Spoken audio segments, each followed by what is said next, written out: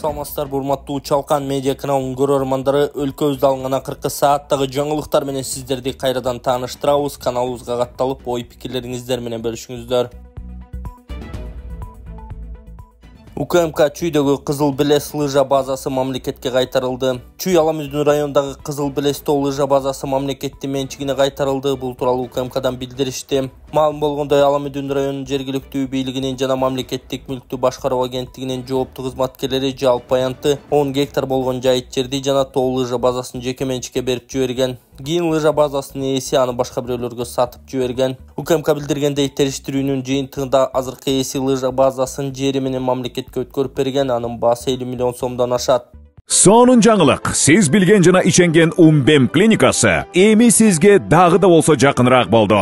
Анткени бизде жаңы филиал ачылды. Андыктан келип, өзүңүздүн жана жакындарыңыздын ден соолугуна кам көрүшүңүздү сунуштайбыз. Биздин жогорку даражадагы дарыгерлер төмөндөгү адистиктер боюнча кабыл алат: стоматология, гинекология, терапия, лор, хирургия, педиатрия, урология, УЗИ жана башка адистиктер. Лабораториялык анализдин 5000ден ашуун түрү алынат. Жогорку даражадагы стерилизациялоо. Биздин дарек ВДНХ метросу, Кондратюка көчөсү 2. Телефон номерибиз 8925 103 22 55. Кабыл алууга алдын ала жазылып келүүңүздөрдү суранабыз. Умбем клиникасы. Сиздин ден соолугуңуз, биздин камкордук. Жогорку Кеңештин төрагасы Шакиев Аскар Акаевдин күнөөсү чоң экенин айтты. Жогорку Кеңеш Аскар Акаевдин экс-президент макамын калыбына келтирүүдөн баш тарткан соң Жогорку Кеңештин төрагасы сөз сүйлөдү. Бул аябай маанилүү маселе болчу. Көз карансыздыктын 34 жылында өлкөбүздө кандай кыйынчылыктар болду? Жакшысынан жаманы арбын болду. Мына ушуга биринчи президент катары Аскар Акаевдин күнөөсү чоң. Аксы окуясы боюнча шайлоочулар буга терең тынчсыздануу менен көңүл буруп жатты. Биз туура чечим чыгардык деп ойлойм. Буга тарых өзү жооп берет. Ал өз баасын берет, деди төрага Шакиев.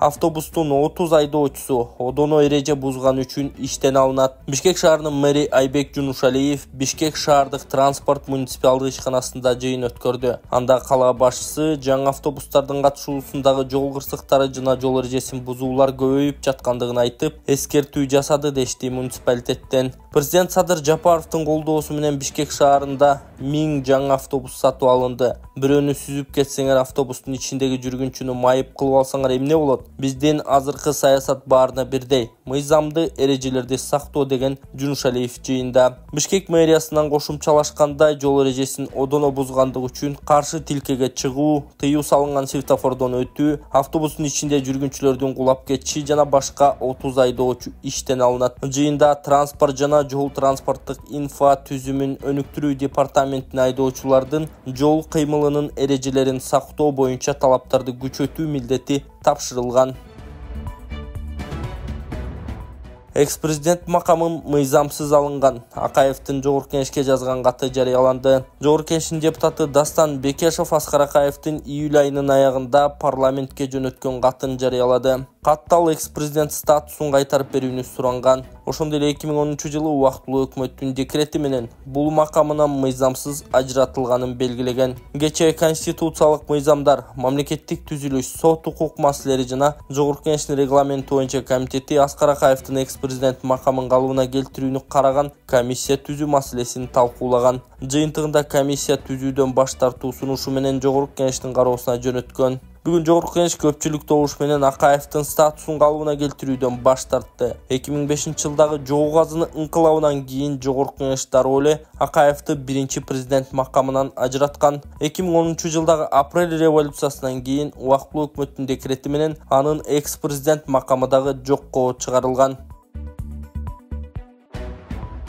Садыр Жапаров Бириккен Улуттар уюмунда климат жакырчылык куралдануу көйгөйлөрүн көтөрдү. Президент Садыр Жапаров 24 сентябрда БУнун башкы ассамблеясынын 79 сессиясындагы сөзүндө глобалдык көйгөйлөргө каршы күрөшүүдө эл аралык коомчулуктун биримдигин күчөтүүгө чакырды. Ал Кыргызстандын Бириккен Улуттар уюмуна берилгендигин баса белгилеп, уюмдун эл аралык коопсуздукту камсыз кылуудагы жана адам укуктарын коргоодогу аракеттерин толук колдоорун билдирди. Мамлекет башчысынын айтымында климаттык кризис, азык-түлүк коопсуздугуна болгон коркунуч жана глобалдык теңсиздик сыяктуу чакырыктарды чечүү үчүн дүйнөлүк мамлекеттердин биргелешкен аракеттери абдан зарыл. Садыр Жапаров дүйнөдө каражатты куралданууга эмес, өнүгүүгө жумшоого үндөдү. Дүйнөлүк өлкөлөр куралданууга, ар кандай согуштарга жумшап жаткан каражатты өнүгүүгө, айрыкча жардамга муктаж өлкөлөрдүн абалын жакшыртууга жумшаганы туура болмок. Бул тууралуу Кыргызстандын президенти Садыр Жапаров 24-сентябрда Бириккен Улуттар уюмунун башкы ассамблеясынын 79-сессиясында сүйлөгөн сөзүндө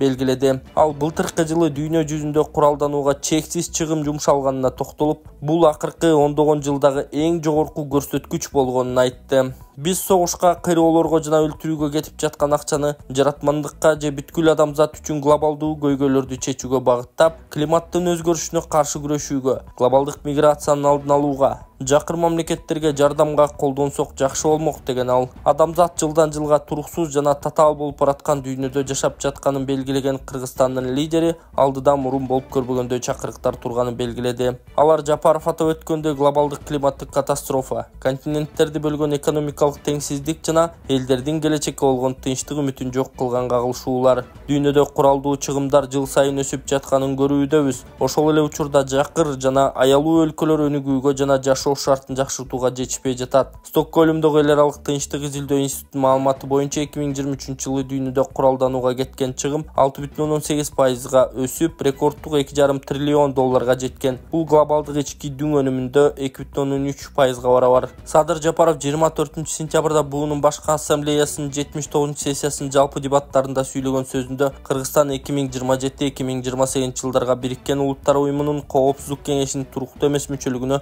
өз талапкерлигин суруштады. Кыргызстан шайланган учурда Коопсуздук кеңешинин ишинин натыйжалуулугун жана ачык айкындуулугун жогорулатуу, ошондой эле анын курамын аймактык өкүлчүлүктүн тең салмактуулугун эске алуу менен кеңейтүүсүн улантат. Африка өлкөлөрүнүн Коопсуздук кеңешиндеги өкүлчүлүгүнүн жетишсиздигин оңдоо жана Кыргызстанды кошкондо 60 мүчө мамлекеттин эч качан Коопсуздук кеңешине шайланбагандыгын эске алып, тарыхый адилетсиздикти жоюу убактысы келди, деди Жапаров. Кыргызстандын лидери ар бир өлкө эл аралык чыңалууну азайтууга умтулушу зарылдыгын баса белгилеп, куралданууга кеткен чыгымды азайтууга, кагылышуулардын күчөшүнө жол бербөөгө, бардыгы үчүн адилеттүү, коопсуз жана гүлдөгөн дүйнөнү курууга үндөдү. Коопсуздук кеңеши буунун негизги 6 органынын бири болуп саналат. Кыргызстан буга чейин туруктуу эмес мүчө болгон эмес. Кезектеги шайлоо 2026-жылдын июнь айында Нью-Йоркто өтөт. Кеңештин 15 мүчөсү бар. Алардын арасынан Кытай, Орусия, Британия, АКШ жана Франция туруктуу макамга ээ. Калган 10 мүчөсү 2 жылдык мөөнөткө шайланат. Кыргызстандын аскерлери ЖКУнун Казакстандагы машыгууларына жөнөп кетти. Кыргызстандын аскер кызматкерлери ЖКУнун Бузулбас боордоштук 2024 машыгууларына жөнөп кетишти. Бул тууралуу Коргоо министрлиги билдирди. Маалыматка караганда, Жааматтык коопсуздук жөнүндө келишим уюмунун тынчтыкты орнотуучу күчтөрү Казакстанда машыгат. Иш-чара 28-сентябрдан 5-октябрга чейин Бейрек полигонунда өтөт. Эске салсак, Бузулбас боордоштук командалык штабтык машыгуусу былтыр Кыргызстандын аймагында өткөн.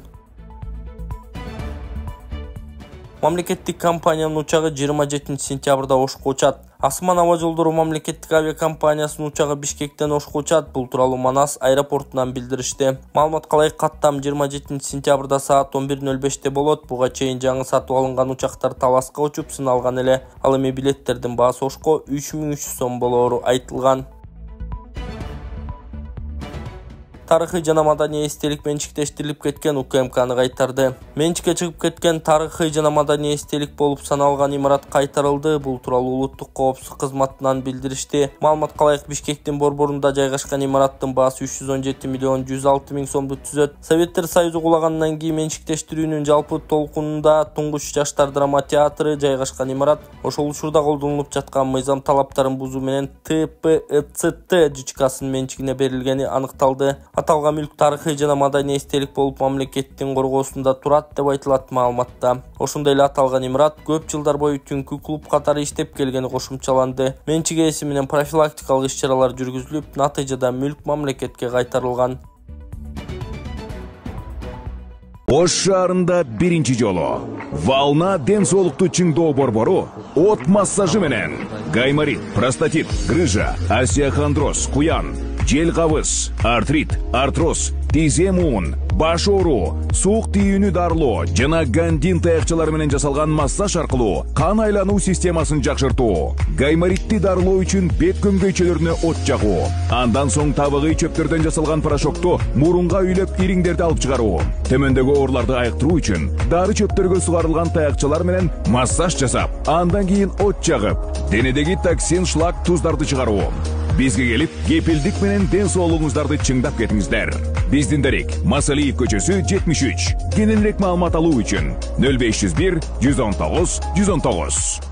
Мүлк ижарасынан түшкөн каражатты жергиликтүү бюджетке калтыруу сунушталды. Мамлекеттик мүлктүү ижарасынан түшкөн каражатты жергиликтүү бюджетке калтыруу сунушталууда. Тиешелүү мыйзам долбоорун эл өкүлү Марлен Маматалиев демилгелеген. Маалыматка ылайык, ижарадан түшкөн каражат республикалык бюджетке которулгандыктан баланс кармоочулар, мамлекеттик мекемелер бош турган аянттарды ижарага берүүгө кызыктар эмес. Мыйзам боюнча ижара акынын 70% объектилерди оңдоп түзөөгө жана кармоого калат. Бирок муну ишке ашыруу татаал болууда. Мыналам ижарадан республикалык бюджетке түшкөн кирешени бөлүштүрүү укугу министрлер кабинетине берүү каралып жатат. Бул чара баланс кармоочуларга ижара акынын бир бөлүгүн алып калууга мүмкүндүк берет. Натыйжада мамлекеттик мүлктүн абалы жакшырса, ижарачыларды тартууга шарт түзүлүп киреше көбөйөт деп жазылган негиздемеде. 2023-жылы 79 000 чарчы метр аянттагы мамлекеттик мүлк ижарага берилип, бюджетке 171,28 миллион сом